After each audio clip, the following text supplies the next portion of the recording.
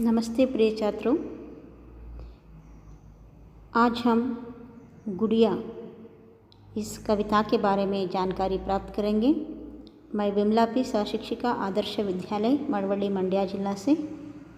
गुड़िया इस कविता के कवि हैं श्री कुंवर नारायण जी। आइए अब हम कुंवर नारायण जी का भावचित्र के साथ इनका परिचय भी प्राप्त करेंगे। कुंवर नारायण जी 1927 में फाजियाबाद में इनका जन्म हुआ था। ये हिंदी के प्रमुख साहित्यकार थे और नई कविता आंदोलन के सशक्त हस्ताक्षर कुंवर नारायण आग्नेय द्वारा संपादित तीसरा सप्तक के प्रमुख कवियों में ये भी एक रहे हैं। 2009 में उन्हें वर्ष 2005 के लिए भारत के साहित्य जगत के सर्वोच्च सम्मान ज्ञानपीठ पुरस्कार प्राप्त हुआ था। आइए अब हम कविता के बारे में जानकारी प्राप्त करेंगे। गुड़िया इस कविता में कवि गुड़िया के साज श्रृंगार का वर्णन करते हुए कहते हैं, मेले से लाया हूँ इसको छोटी सी प्यारी गुड़िया, बेच रही थी इसे भीड़ में बैठी नुक्कड़ पर गुड़िया। मेले ಜುಲೂಸ್, ಮೇಲೆ ಅಂತಂದರೆ ಜಾತ್ರೆಯಿಂದ ನಾನು ಈ ಗೊಂಬೆಯನ್ನು ತಂದಿದ್ದೇನೆ. ಇದನ್ನು ಒಬ್ಬ ಮುದುಕಿ ಮೂಲೆಯಲ್ಲಿ ಕುಳಿತು ಮಾರ್ತಾ ಇಲ್ಲು ಅಂತ ಹೇಳ್ತಾರೆ. ಮೇಲೆ ಅಂದರೆ ಜಾತ್ರೆ, ಲಾಯ ಅಂದರೆ ತಂದಿದ್ದೀನಿ, ಪ್ಯಾರಿ ಗುಡಿಯ ಅಂತಂದರೆ ಮುದ್ದಾದ ಗೊಂಬೆ ಅಂಥೇಳಿ, ಬೇಚ್ ರಹೀತಿ ಮಾರುತ್ತಿದ್ದಳು, ಭೀಡ್ ಅಂದರೆ ಗುಂಪು, ಬೈಟಿ ಅಂತಂದರೆ ಕುಳಿತುಕೊಂಡು, ನುಕ್ಕಡ್ ಅಂದರೆ ಮೂಲೆಯಲ್ಲಿ ಕುಳಿತುಕೊಂಡು ಒಬ್ಬ ಮುದುಕಿ ಇದನ್ನು ಮಾರುತ್ತಾ ಇದ್ಲು ಅಂತ ಹೇಳ್ತಾರೆ. कवि गुड़िया के बारे में बताते हुए कहते हैं, इस गुड़िया को मैं मेले से लाया हूँ, एक नुक्कड़ पर बैठकर गुड़िया इसे बेच रही थी. मोल भाव करके लाया हूँ, ठोक बजा कर देख लिया, आंखें खोल मूंद सकती है वह कहती है पिया पिया. ಕವಿ कहते हैं, इसे लेते समय मैं ठीक तरह मोल भाव करके लाया हूँ, ಇದನ್ನು ತೊಗೋಬೇಕಾದ್ರೆ ನಾನು ಸರಿಯಾದ ರೀತಿಯಲ್ಲಿ ವ್ಯಾಪಾರ ಮಾಡಿ ತೊಗೊಂಡಿದ್ದೀನಿ. ಟೋಕ್ ಬಜಾಕರ್ ಅಂದರೆ ಪರೀಕ್ಷೆಯನ್ನು ಮಾಡಿ, ಜಾಂಚ್ಕರ್ ಅಂತ ಹೇಳ್ತೀವಿ ನಾವು ಹಿಂದಿಯಲ್ಲಿ. ಜಾಂಚ್ಕರ್ मैंने इसे मोल भाव करके लिया हूँ, आंखें खोल मूंद सकती है वह कहती है पिया पिया. ಆಂಖೆ ಅಂದರೆ ಕಣ್ಣುಗಳನ್ನು, ಖೋಲ್ ಅಂದರೆ ತೆರೆಯೋದು, ಮೂಂದ್ ಅಂದರೆ ಮುಚ್ಚುವುದು. ಕಣ್ಣುಗಳನ್ನು ತೆರೆಯುತ್ತೆ ಹಾಗೂ ಕಣ್ಣುಗಳನ್ನು ಮುಚ್ಚುತ್ತೆ.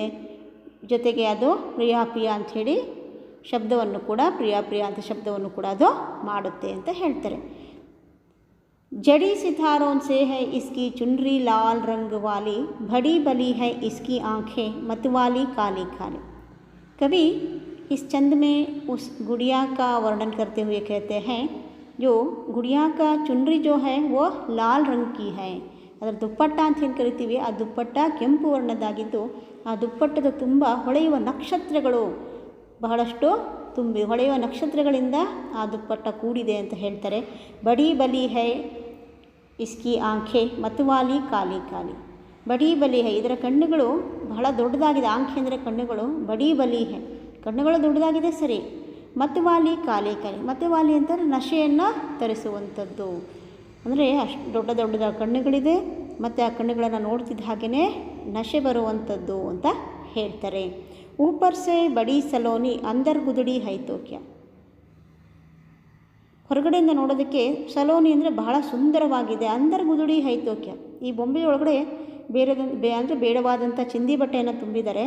ಆದರೆ ಏನಾಯಿತು, ನೋಡೋದಕ್ಕಿದು ಬಹಳ ಸುಂದರವಾಗಿದೆ. ಓ ಗುಡಿಯಾತು ಇಸ್ಪಲ್ ಮೇರೆ ಶಿಶುಮನ್ ಪರ್ ವಿಜಯಿ ಮಾಯಾ. ಓ ಬೊಂಬೆಯೇ, ಈ ಕ್ಷಣ ನೀನು ನನ್ನ ಈ ಮಗುವಿನಂಥ ಮನಸ್ಸಿನ ಮೇಲೆ ಮಾಯೆಯನ್ನು ಚೆಲ್ಲಿದೆ ಅಂಥೇಳಿ कवि ಹೇಳ್ತಾರೆ. इस तरह कवि इस कविता में गुड़िया का वर्णन करते हुए, उसकी आँखों का वर्णन करते हुए, उसका वस्त्र का वर्णन करते हुए, उसकी सुंदरता का वर्णन करते जाते हैं.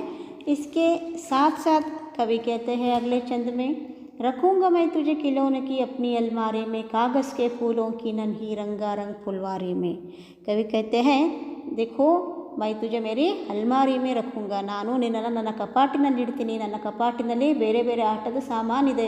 ಕಾಗಜ್ಗೆ ಫೂಲೋಂಕಿ ನನ್ಹಿ ರಂಗಾರಂಗ್ ಫುಲ್ವಾರಿ ಮೇ, ಕಾಗದದ ಹೂಗಳಿಂದ ತುಂಬಿರುವಂಥ ವಿವಿಧ ಬಣ್ಣದಿಂದ ಕೂಡಿರುವಂತಹ ಒಂದು ಹೂವಿನ ಬುಟ್ಟಿಯಲ್ಲಿ ನಾನು ನಿನ್ನನ್ನು ಇಡ್ತೇನೆ ಅಂತ ಕವಿ ಆ ಗೊಂಬೆಗೆ ಹೇಳ್ತಾರೆ.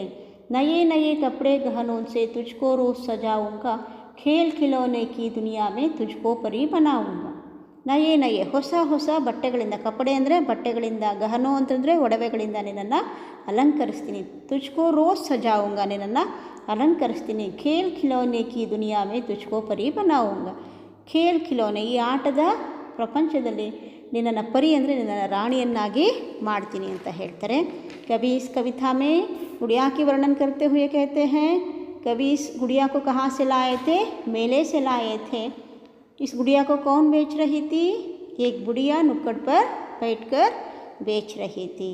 और कवि ये भी कहते हैं, इसे लेते समय ठीक तरह मैं मोल भाव करके लाया हूँ और इसे ठीक तरह मैंने जांच कर भी देख लिया. ये आंखें खोल भी सकती है, मूंद भी सकती है. इधर देखिए, आंखें खोलना, इसका विलोमार्थक रूप क्या होगा? आंखें मूंद लेना. और अगले चंद में कवि उनकी गुड़िया की वस्त्रों की वर्णन करते हुए, वस्त्र की वर्णन करते हुए कहते हैं कि गुड़िया की जो चुनरी है वो लाल रंग की है और जड़ी सितारों से भरी हुई है. इसके आंखें तो बहुत बढ़िया हैं, आंखें बहुत बड़ी भी हैं, आंखें देखते ही नशा छा जाता है. इसके साथ साथ कवि कहते हैं, ये तो बहुत सुंदर है, अंदर गुजरी है तो क्या क्या हुआ, लेकिन ये देखने में बहुत सुंदर है, अंदर गुजरी है तो क्या हुआ, ये बहुत सुंदर है, मैं इसे अपने अलमारी में रखूँगा, रोज़ इसे सजाऊँगा और खेलों की दुनिया में इसे रानी बनाऊँगा. धन्यवाद. अगले स्लाइड्स में या व्हाट्सएप में इसका नोट्स देखेंगे हम.